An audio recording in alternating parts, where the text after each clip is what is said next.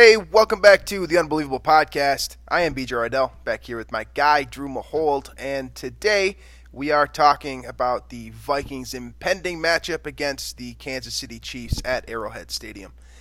Big road game for the Vikes this weekend.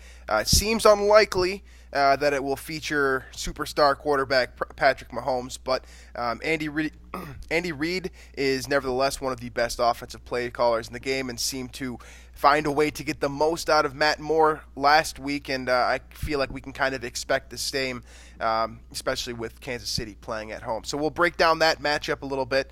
We'll answer a Thursday question before we do that, and we'll do our picks for the week and give you a gambling lock, which we're pretty hot at right now. So maybe take it seriously. But overall, this should be a relatively quick episode, so let's get going here with a Thursday question. I'm going to stay on the Halloween theme since this will be dropping on Halloween. So happy Halloween for those who are listening to it, the show on the day it drops. You're the best, first of all. Here's the question. What is the best Halloween costume that you have put together in your lifetime for yourself? Does put together mean like it has to be created or handmade, or can it just be something I purchased for $10 at a It can be something. It can be something you purchased. Okay. Generally speaking, I feel like those aren't as good as the ones that you create, but this is true. But I am no artist, and so I think I'm one of the rare cases where I would have to buy something to make it look good. Sure. So I think I was sophomore in college or junior. I don't remember which year. But I went to Savers in St. Cloud, and I found a bacon strip costume for I think it was $10 or something. Yep. Pretty cheap. It was just a giant foam-ish soft strip of bacon that went over the top of my head all the way down. Yep. And then it just had black sleeves. So I was just a bacon strip. Yeah. And it's giant. It was probably 7 feet tall over through my head, but that was good. And then I don't know if you've seen the movie Pop Star at all, the one with Andy Samberg in it. But I've never even heard of that. If you haven't, then my next my runner-up for this conversation is not relevant to you. So the bacon strip is my number one. Fair enough. I've done that same process before where you kind of forget about Halloween and then you just go to the store last minute. I was a hot dog one year. I think I was a bottle of ketchup one year. Just those easy $15 Halloween costumes. I'm not a big Halloween guy in general. I was more about the drinking aspect than the costume aspect of Halloween. It just never really did that much for me. I did try to get creative because I had friends who were overtly creative. One of my buddies literally hand makes his costume every single year. I think last year he was a piece of toast. It was pretty hilarious. The best one that I think that I did was my junior year of college at Marquette. I put on. I was a bag of leaves was the costume that I did. And so what I did was I took a bunch of double-sided tape and just taped it all the way up and down my body, and we put this huge big pile of leaves in our yard at next to our house, and I just jumped in it and rolled in it, and just was covered in leaves for the entire. So I was basically just dropping leaves everywhere I went for about 6 hours, and I did that back-to-back nights. So that's a good costume. It worked out well. Everyone knew what I was. It was different. No one else had it on. It worked out. So I think that was probably a nice, the best unique smell to it as well. Oh yeah, I smelled terrible for sure. Just absolutely awful. Or autumn, I guess. Depends on what your flavor is. If you have an awesome Halloween costume, be sure to tell us about that via the unbelievable_MN Twitter account, or you can send it to us specifically at Robert Reidell, at Drew Mahowald. We love to hear those. That'll be a bunch of fun. So from there, let's jump into the meat of the show, the reason why you listen to this podcast, a breakdown on the impending matchup with the Kansas City Chiefs. So with Patrick Mahomes out, most likely. I guess we're recording this on Wednesday, so keep that in mind. Our expectation is that Patrick Mahomes will not play. He's been doing light calisthenics throughout the last couple of weeks and throwing the football, which in my very educated opinion, is certainly not enough to compete in a game against a team that, is widely regarded for their ability to get pressures and hits on the quarterback. It just doesn't seem like a safe franchise move for a player that is going to be your guy for the next 15 years-ish. I don't see Kansas City making that mistake when they're still in playoff position at 5-3. So we're going to operate with the knowledge that he is not going on Sunday. And obviously everything shifts if he is in the game, but we're going to plan for the occasion that he's not. And that leaves us with Matt Moore, who is 35 years old. He did not play in the NFL last season. He was actually a scout heading into the draft this past year, and then Andy Reid convinced him to come on his team to serve basically as a glorified clipboard holder and a guy with NFL knowledge, someone that could help in the film room, and obviously a huge asset to a guy like Patrick Mahomes, who it doesn't feel this way, but he's only in his third professional season. So Matt Moore was supposed to be that guy.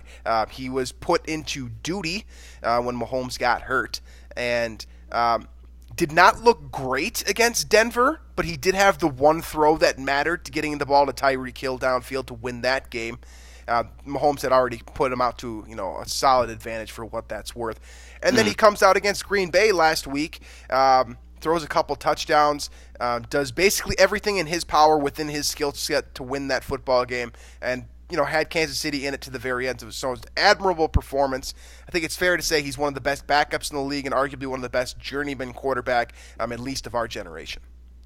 Well, I think the larger, broader point to make here is that Andy Reid generally makes quarterbacks look good or look better than they would look elsewhere. You can even look back to his Philadelphia days, and the one name I remember is Kevin Cobb. That was the one that I just thought of too for some reason. But back in the day, I think he had to fill in for, was it McNabb or Vic? I think. I'm trying to think of who it was. Maybe Vic. Vic.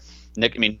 How about Nick Foles? I guess that was Chip Kelly. But point being is that Kevin Cobb looked good, and I think people were talking about him being the starter in Philly long term. And then now you get to Kansas City, you had Alex Smith and looked really good. Pat Mahomes, obviously, it took him 1 year to become an MVP. Right. Stuff like that. Quarterbacks thrive under Andy Reid, and so it's not really a surprise to me that Matt Moore is looking like a very competent starting quarterback at this point. And so I think it's you got to tip your hat to the way Andy Reid sets up his offense, caters to his quarterback strengths. And so, while it's a huge relief to not, at this point anyway, and what we think, to not have to deal with Pat Mahomes, I don't think this should be taken lightly by any means, because, Andy Reid will still find a way to beat you and find your weaknesses. Yeah, Andy Reid is one of the greatest innovators in NFL history, and that's concrete fact. I don't really think that's up for debate at this point. Yes, he has never won a Super Bowl, but he is literally the top of the tree for some of the greatest coaches in the NFL right now. I know that Matt Nagy and Doug Peterson aren't looking too hot as of this recording, but those are two very good coaches. Even I believe Brad Childress is in his tree as well, so he has Vikings ties to some degree also. Andy Reid is just simply, he's outstanding at what he does, with exception to managing the clock.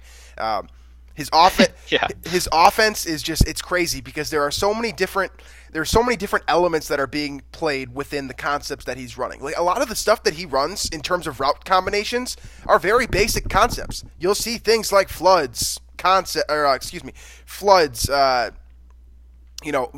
routes, shallow crossers mixed with the deep crosser, so levels concepts.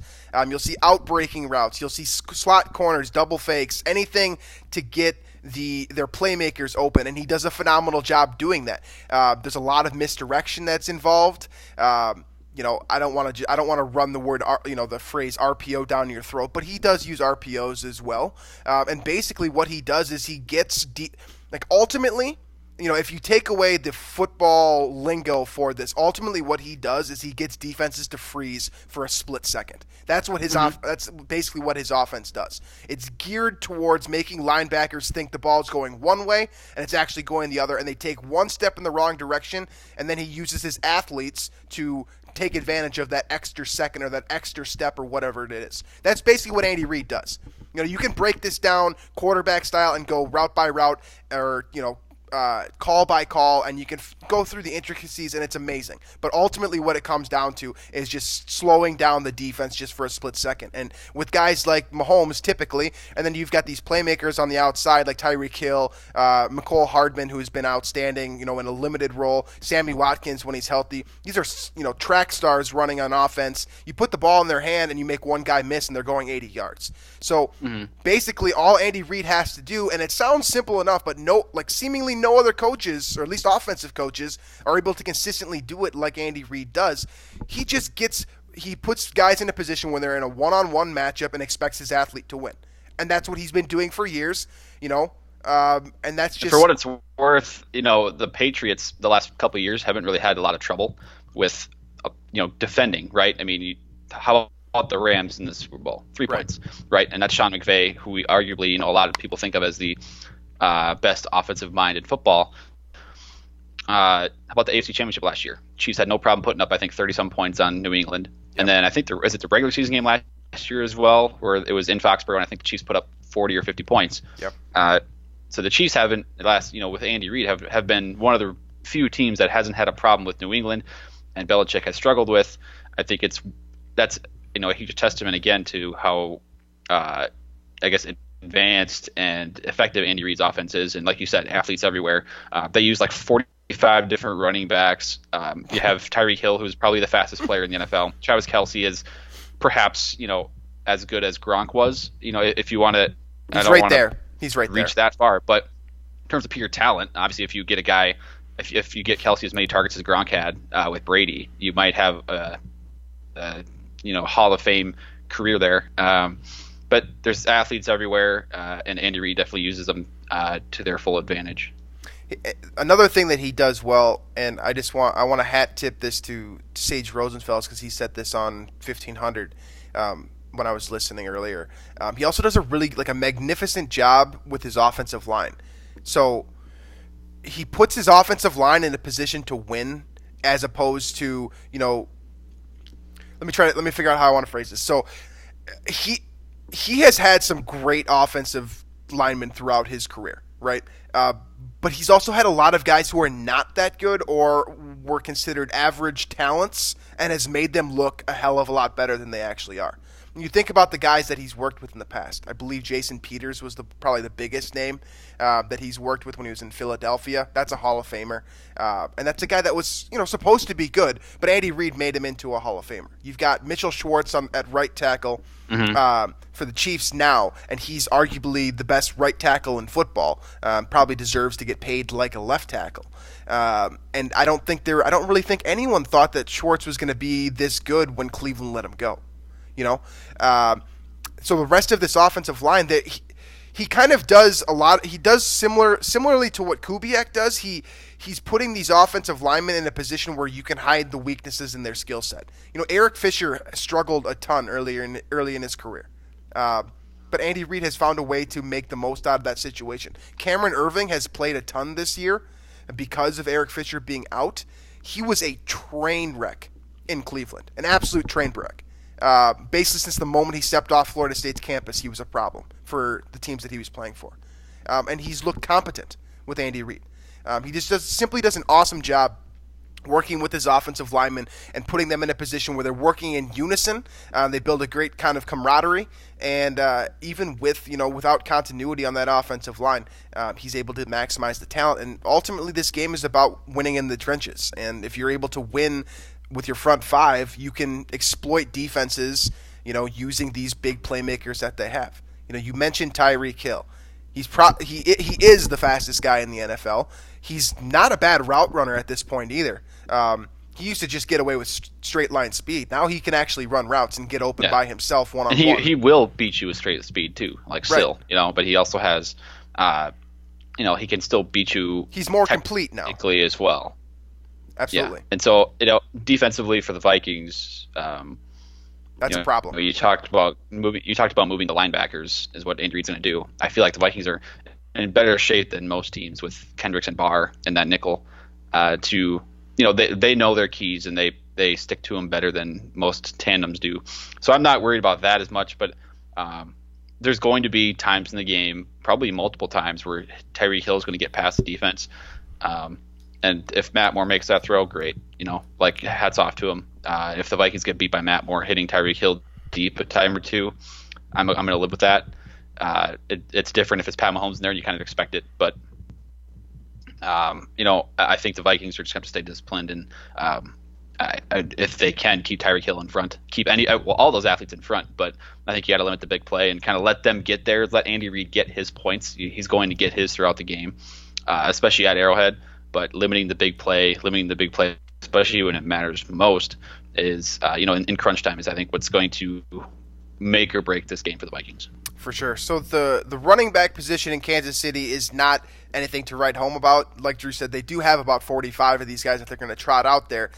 Fortunately, none of them are all that imposing, at least in my opinion. Damian Williams had a nice little stretch last year. He's been a major disappointment for anyone that drafted him in fantasy this year for sure. Mm-hmm. So take what you want. He's averaging 2.1 yards a carry. So 2.1. He has not been very effective. LaShawn McCoy has been their biggest asset at that position, and he's definitely washed. Sorry. I mean, he's still talented. He's still an NFL caliber player, but this is not the Shady McCoy that we saw in Philadelphia. That guy's been gone for like 2 years. So he also holds the ball out like he's trying to hand it to the defense. I was going to mention it. So that's I was going to mention that. Yeah, it's hard. It's hard to talk about McCoy without talking about the fact that he just literally like holds the ball out like he's trying to quite literally hand it to linebackers. That's just part of his game, and he gets away with it a lot. I do think that Mike Zimmer will have his guys keying in on that type of thing. That seems like the type of issue that good defensive coordinators or defensive play callers or defensive minds, I suppose, are able to sort of take advantage of. Then you've also got Darwin Thompson, the rookie, who has basically done nothing, and then Darrell Williams, who is not anything to really write home about either. But they will use all four of those guys, and I wouldn't expect a whole lot from that group, which leads to the focus on this receiving core, which includes Travis Kelce, who is basically a big wide receiver is essentially what he is, because he runs solid routes. He does everything that a wide receiver He lines can do. up outside. Yeah. He splits out. He'll also line up at tight end, but he'll be in the slot. He'll be outside. He'll be everywhere. They use him like he's a X receiver, just kind of all over the place. So that's obviously a matchup problem. And the Vikings, like we said, tight ends, sometimes they struggle with containing those guys. So that'd be another matchup to keep an eye on. But I'm still mostly worried about the big play and getting beat deep with Tyreek, whether it's Xavier, whether it's Trey Waynes, whether it's Hughes. I don't know who else it would be, but keeping those guys or keeping Tyreek in front and preventing the big play, I think will be the big difference. Absolutely. So that secondary for the Vikings is going to get their money's worth for sure. You look at, I've seen a lot of people have an issue. Well, it's specifically with Xavier Rhodes, and that's partially because they're afraid of, based on what he's done so far this season. But he has largely kept things in front of him for the most part. There have been a couple of plays that make that comment sound stupid, but for the most part, he does keep things in front of him. Well, it's like if it's a play down the field, he's not allowing completions, but it's a penalty if something happens, right? Right. So I think he's not allowing completions, but the yards are being tacked on at times just because of penalties. But like the touchdowns he's allowed, have been shorter plays. Like in that Lions game, when Marvin Jones had 4 touchdowns, Rhodes allowed 2 of them, but those are the only 2 completions he allowed, and they were like 2 and 3 yards or something like that. So you kind of have to, realize that a lot of playing cornerback is just keeping things in front of you and keeping a 7-yard gain, allowing the 7-yard gain and not allowing that play to become a 40-yard gain or something like that. And I think he's been good at that for what it's worth. Yeah. Kansas City definitely thrives on turning those quick completions into house calls. So you look at the wide receiver group and the overall speed, I think that there is reasonable concern that these guys will get behind both Waynes and Rhodes. That being said, Waynes remains one of the fastest cornerbacks in the game, and for what it's worth, what he does best is cover that vertical route, that go route. And when he doesn't have to, move with the receiver in and out of breaks, that tends to be when Trey Waynes is at his best. So I do think that he matches up well. I'd be interested to see how Mike Zimmer uses his cornerbacks, because part of me believes that Waynes is probably a better matchup on Tyreek Hill than Xavier Rhodes would be. Oh, he is.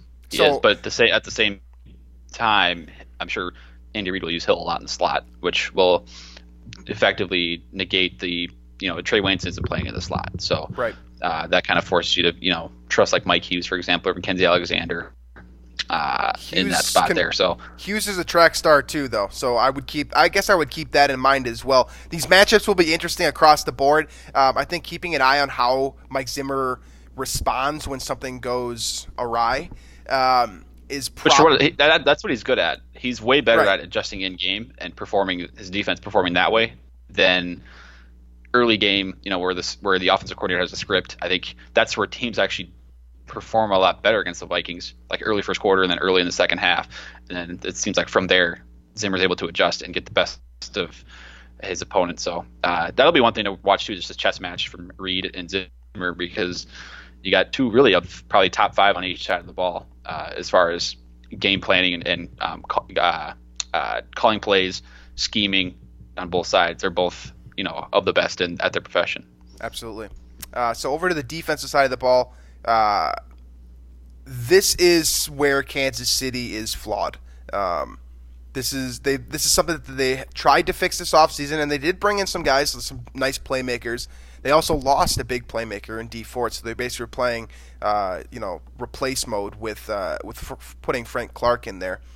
But as a whole, this defense struggles. Because they allow the big play. They allow a lot of yards. They struggle in run defense specifically. This is a Dalvin Cook game. Mark it on your schedule. But Steve Spagnuolo is going to run a bunch of different looks. There's a reason why he's still in the league after all of these years. He is creative. It's just that they have some very significant flaws on their defensive roster. And it kind of starts with that defensive line. You do have Chris Jones, who's outstanding and an all-pro caliber defensive tackle, but he's more of a clogger type, like a Linval Joseph-esque player, as opposed to a guy that's going to be a playmaker in the backfield. That tends to be Frank Clark's role, and if he's not rolling, they're not going to get much of a pass rush. Even against the Vikings' offensive line isn't even it's actually above average at this point in the season. In terms of run blocking, for sure. Yeah. And then you look at the other two guys on their defensive line, Alex Okafor and then Derek Nottie. Both of those guys are not exactly guys that are going to impact the game all that much. And then you've got the Villanova product, Tano Passigno, who is big and athletic and actually an outstanding like talent. 6'8" or something like that. He's huge. He's huge. I remember him as a prospect. Yeah. He was just he was kind of a little bit similar to Daniel Hunter, where like super raw, but like just a huge specimen. Right. And there's a lot of talent there as well. But that's basically what you're going to get from this defensive line. Most of this defense, in my opinion, hinges on the play of the secondary and how well the linebackers are able to move sideline to sideline. Mm-hmm. Yeah.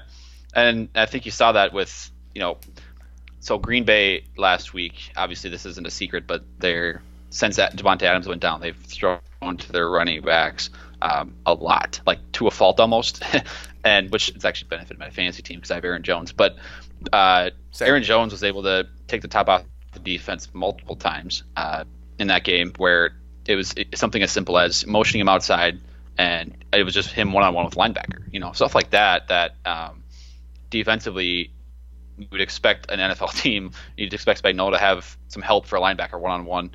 And obviously that's a credit to LaFleur as well for scheming that up and providing that one-on-one matchup. So stuff like that, creating mismatches with linebackers, mismatches for your receivers.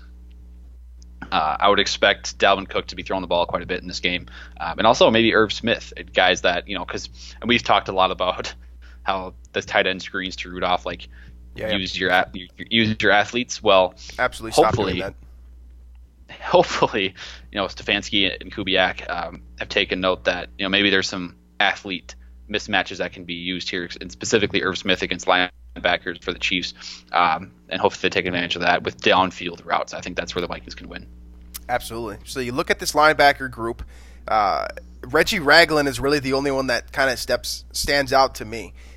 He was a first-round pick in Buffalo. He's been basically a bust, but he showed up last week for sure against Green Bay, and he definitely has the athleticism to fulfill the role that he's supposed to play in Kansas City. The rest of this group, I mean, Anthony Hitchens has been doing it a long time. You probably remember him best from when he was a Cowboy.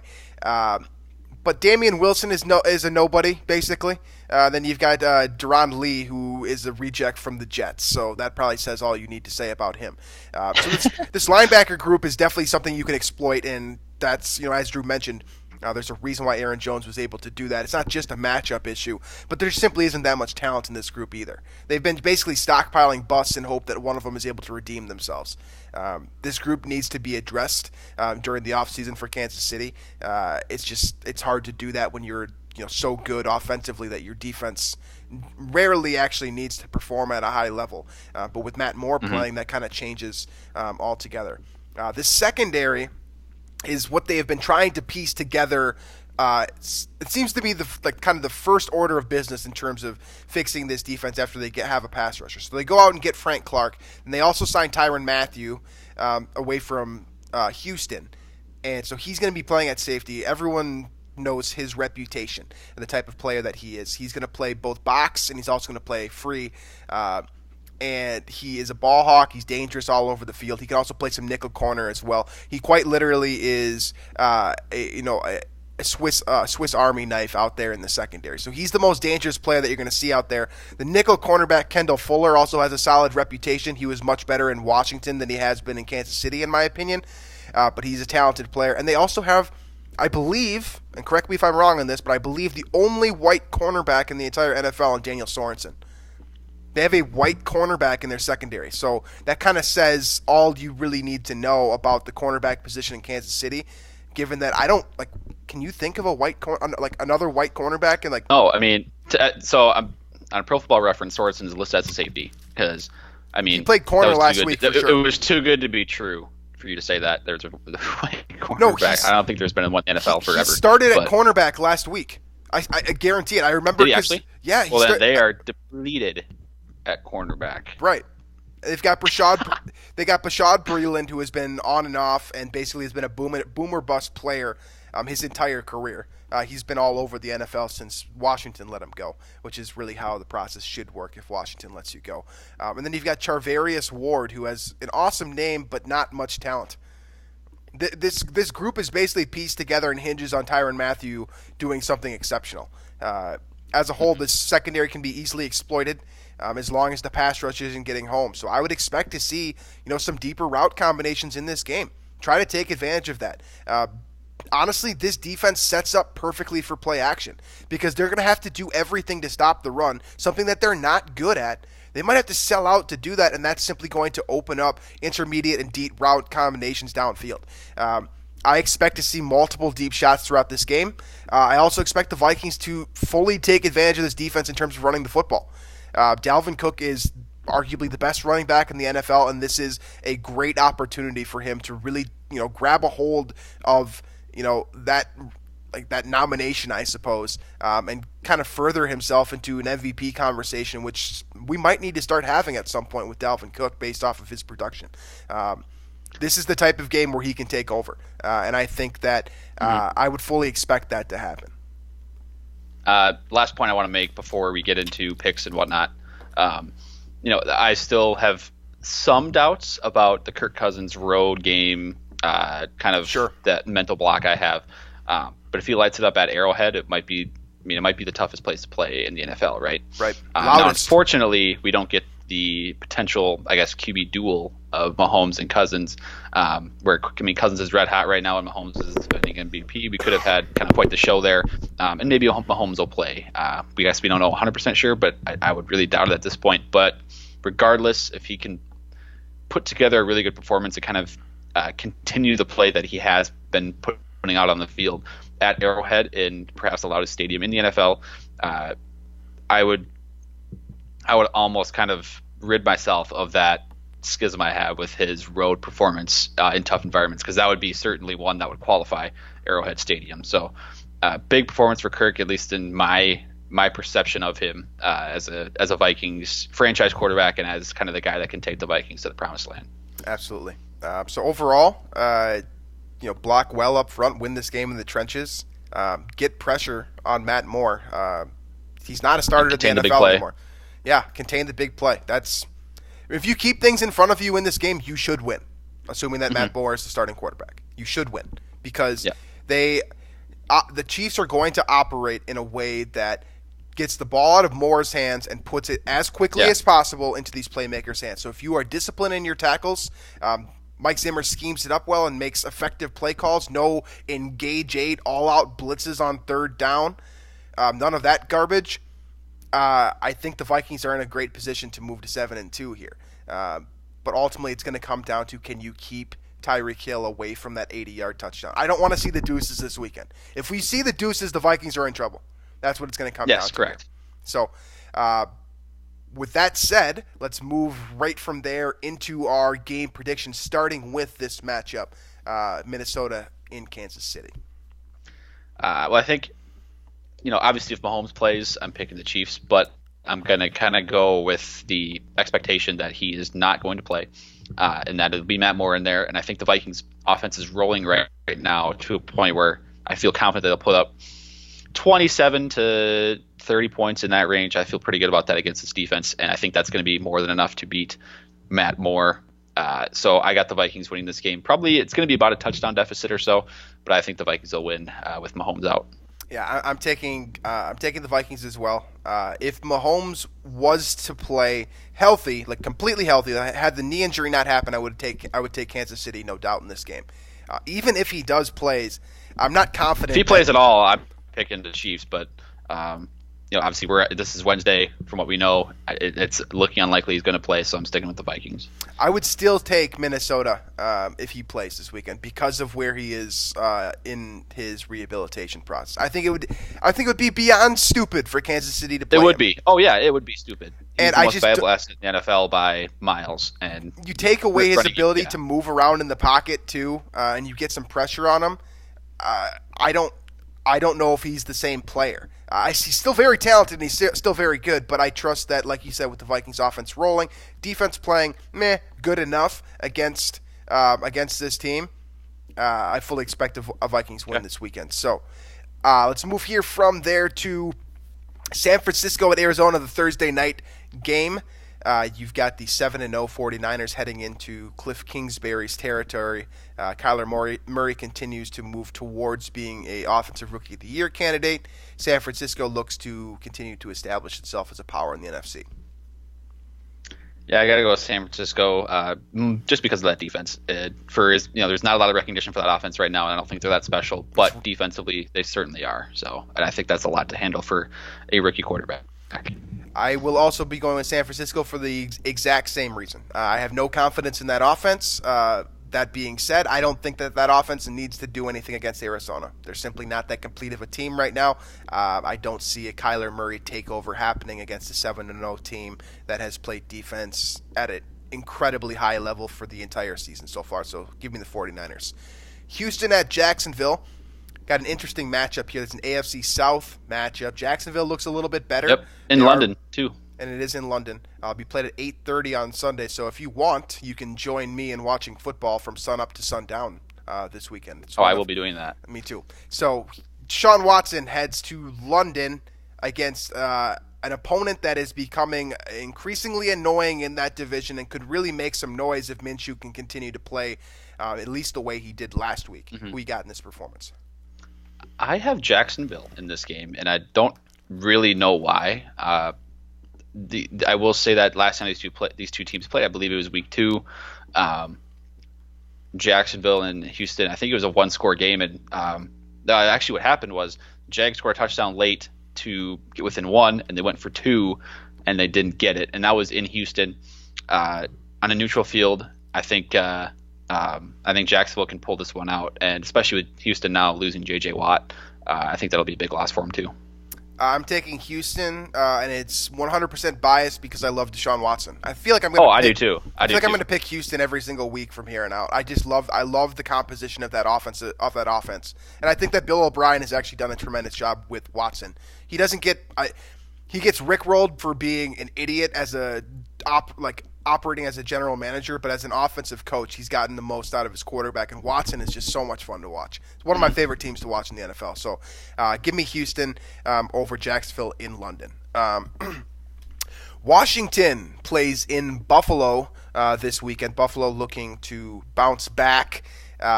They got rocked last week by Philadelphia and kind of showed that they are probably pretenders. Josh Allen. They are.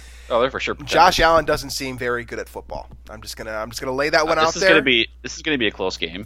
Is it? And if this is in Washington, I think I would potentially pick the Redskins, but I'm gonna go with the Bills here. And I think it's gonna be close because, like I've said, I think every single time I make a pick about the Bills, like they haven't played anybody this year, and when they have played somebody good, they've lost. So they're like even semi good. Philly's not even like, I wouldn't consider them good. I'd consider them like a very middle of the road team, and it wasn't even close. So I'll go with Buffalo here, but I don't think it'll be that much of a blowout.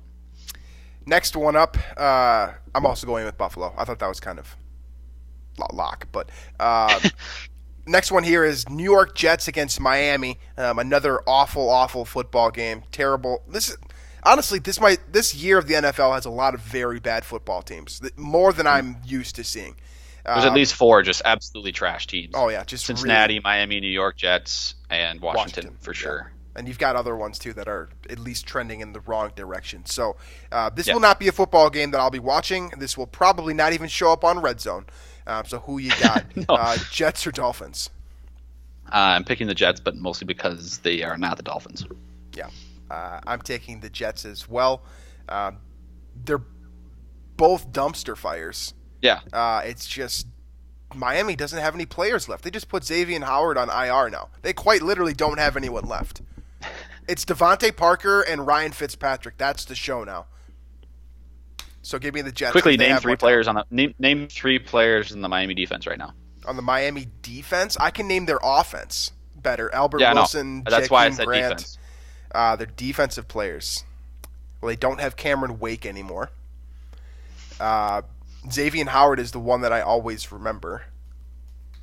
Could have said Minka Fitzpatrick about 4 or 5 weeks ago. Yeah, I would have known Fitzpatrick for sure. I honestly. Aqib Talib.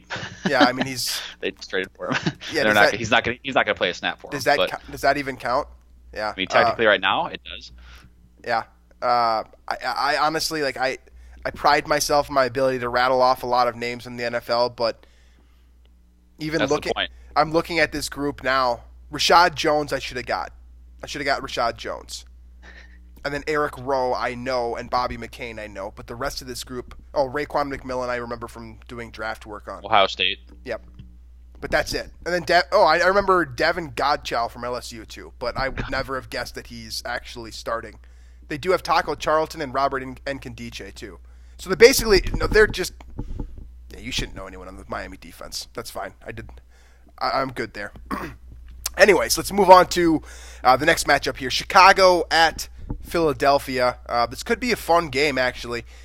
You've got Philadelphia, who's awful on defense, pretty solid on offense, and then you've got Chicago, operated by Mitch Trubisky still, who is awesome on defense and just dreadful on offense. So how's this going to play out? A couple of apples from the Andy Reid tree here, Nagy and Doug Peterson. I'm going to go Philly just because Trubisky is so bad. That's literally my only reasoning. He's very clearly holding that team back because that team's done a great job of building our defense, building some playmakers on the offensive side of the ball, and Trubisky just can't make a pass more than 10 yards downfield. So I'm going with Philly until Trubisky puts together a decent performance. Yeah, I'm going to go with Philly as well. This is one of those games where I'm just picking the home team. I think both of these teams they're kind of evenly matched in terms of this is a stalemate to me. Like they're two teams that struggle, that have one very significant weakness. I just think that the secondary in Philly is a little bit more fixed with injured players returning than Chicago is offensively because Mitch Trubisky is still the starter, straight up. So give me Philly as well. Indianapolis at Pittsburgh is the next one on the docket here. Pittsburgh didn't look great on Sunday Night Football. They go against Indianapolis, who by all accounts have exceeded everyone's expectations this year so far. Yeah, I got the Colts, and I don't think this will be close. I think the Colts responded in the big way after kind of a shaky win at home, and I still don't like the Steelers a whole lot. I mean, putting up, Neither do I. They had a really tough 2 quarters against Miami last week, and I don't like that. I mean, that's a bad visual for a team that for the winning that the Steelers have done over the past. Now Roethlisberger's gone, I get that, but they're banged up, and I like Indy big here. Yeah, I'm going to take Indianapolis too. I don't think Mason Rudolph is the guy for Pittsburgh. I think they're going quarterback hunting this offseason. I don't think Pittsburgh's a good team, straight up. They've got some really nice pieces, but they're not a good team as a whole. So give me a very good team that is well built and well constructed by the upper management in Indianapolis. I'll take the Colts. Tennessee at Carolina. Tennessee is the underdog, as you love to note. I'm going to steal that remark from you. They head into Carolina to face Kyle Allen once again. This might be the last opportunity to see Kyle Allen if he performs like he did last week against San Francisco. It might be the return to Cam Newton sooner rather than later. Speaking of quarterback problems, Marcus Mariota remains on the bench, and Ryan Tannehill actually looked pretty good last week. So, who wins this Tannehill matchup? has looked pretty good for Tennessee. I'm going with Tennessee in this game. We were waiting for that moment for Kyle Allen to kind of show up and for him to kind of come back to earth. It happened. Now, again, it was San Francisco, but I think Tennessee's defense is definitely formidable, and they'll also expose Kyle Allen for his weaknesses. So I got Tennessee. I think both of these teams are frauds. I'm going to take Carolina for the same reason that I took Philadelphia. They're playing at home this weekend.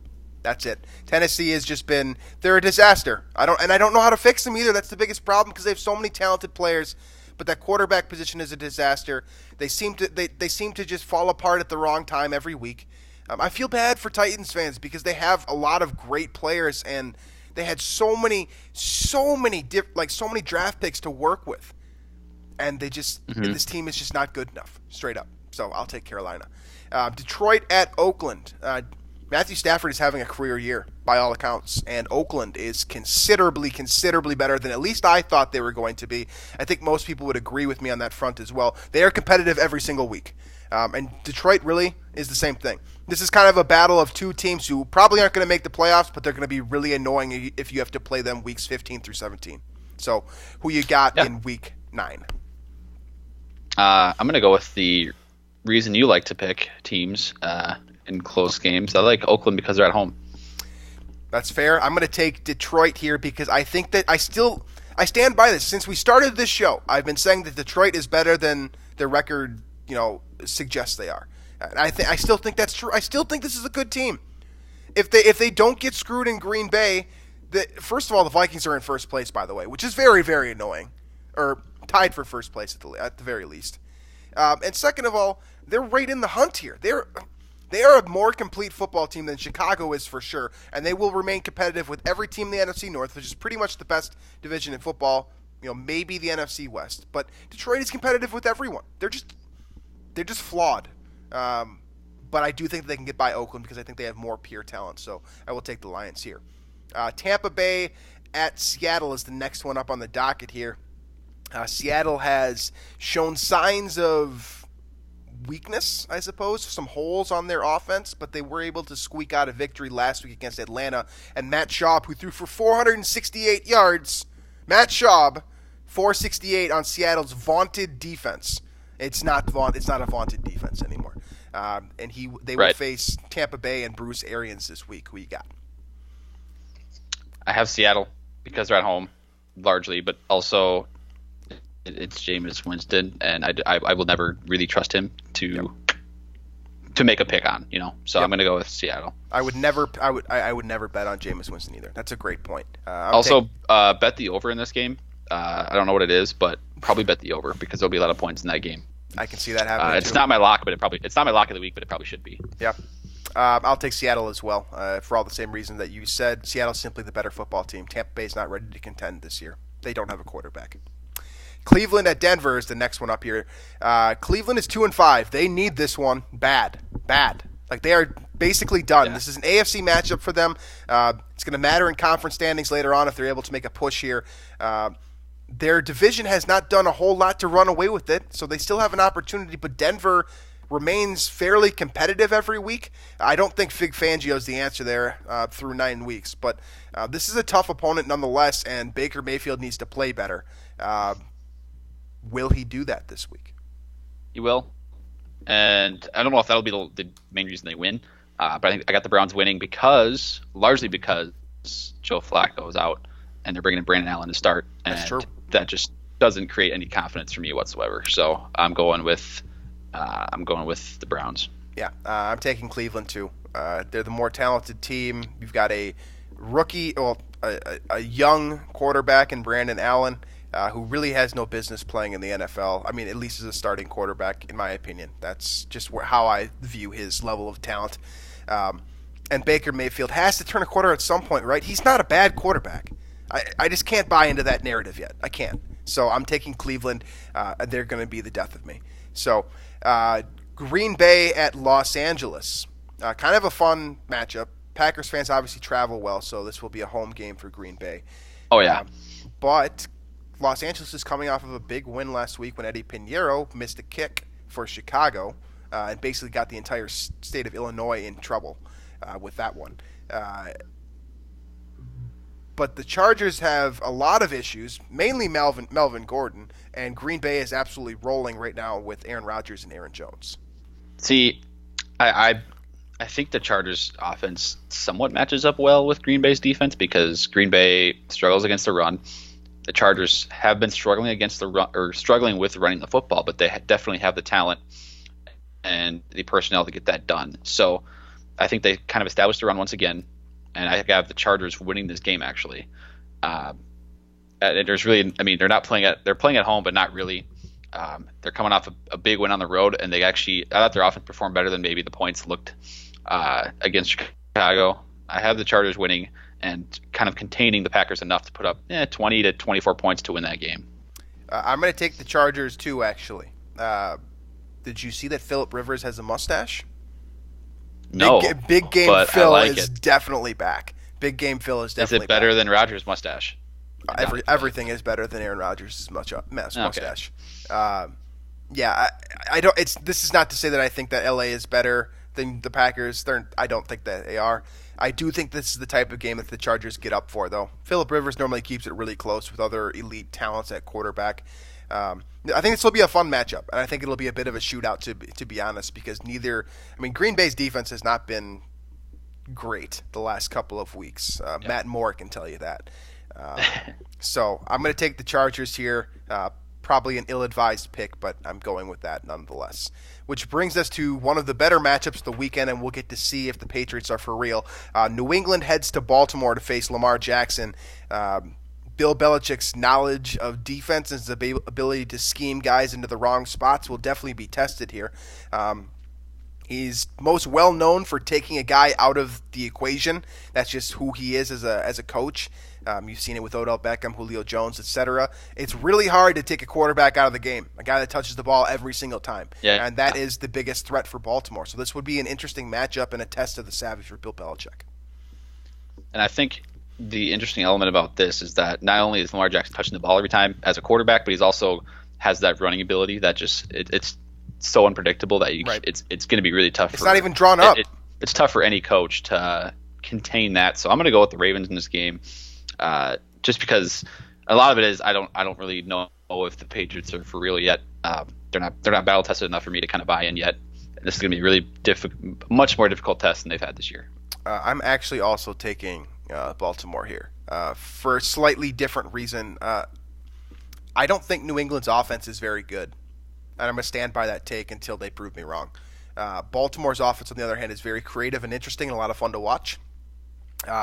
If Lamar Jackson plays well against this defense, I think that they'll be in position to win this football game. That's what it really comes down to. And I think that he is on the brink of kind of hitting that moving past that marker of guy who is hyped to being a legitimate superstar in the NFL.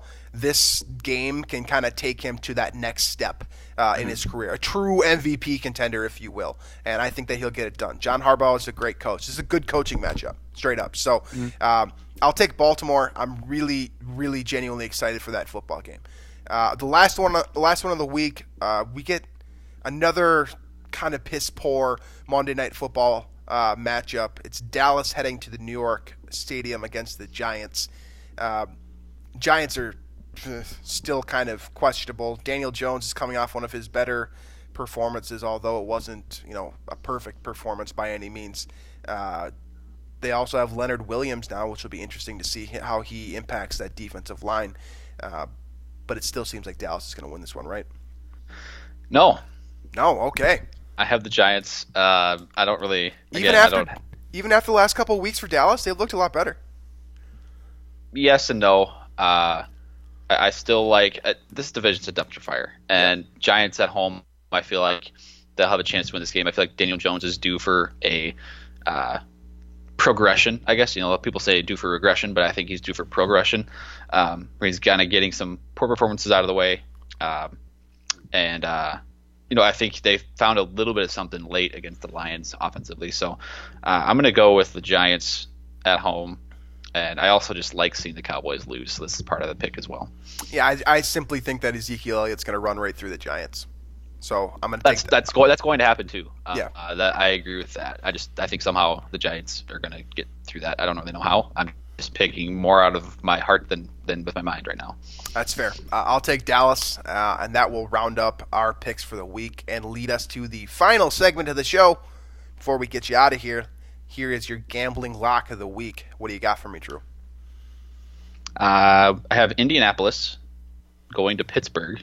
I have the Colts minus 1.5. That seems like an insultingly low, or I guess close spread.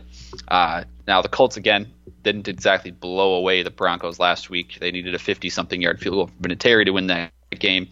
But I feel like they match up really well with the Steelers in terms of in the outdoor Heinz Field environment, they run the ball well. Jacoby Brissett doesn't make a ton of mistakes. And defensively, I think they're a much stiffer challenge than the Steelers just got.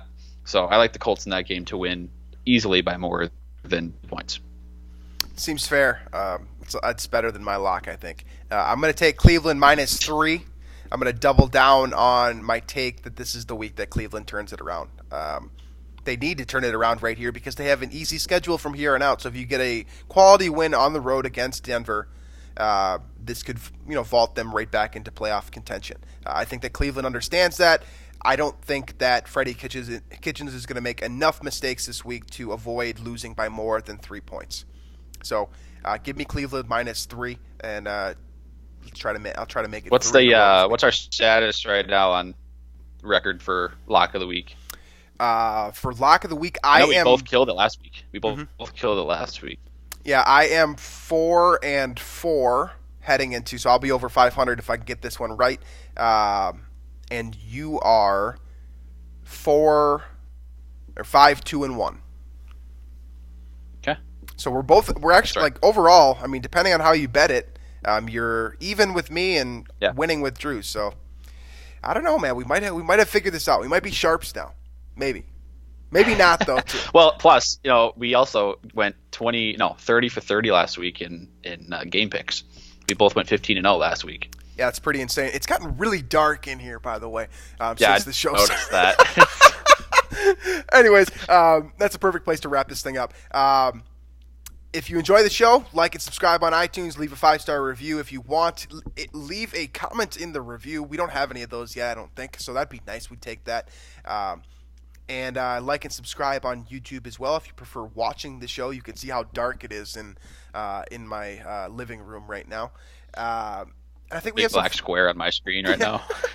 I think we have some fun stuff coming up in the future here. I'm going to add some more production value to the show. I'm working with my guy to try to liven this thing up a little bit more, and then I think we have some fun stuff heading into next week pretty soon here. So looking forward to starting it up with that. Hopefully the Vikings get another W this week, and we'll have reason to inflate the score scale even more next time we talk. So thanks for listening, folks, and we'll catch you next week.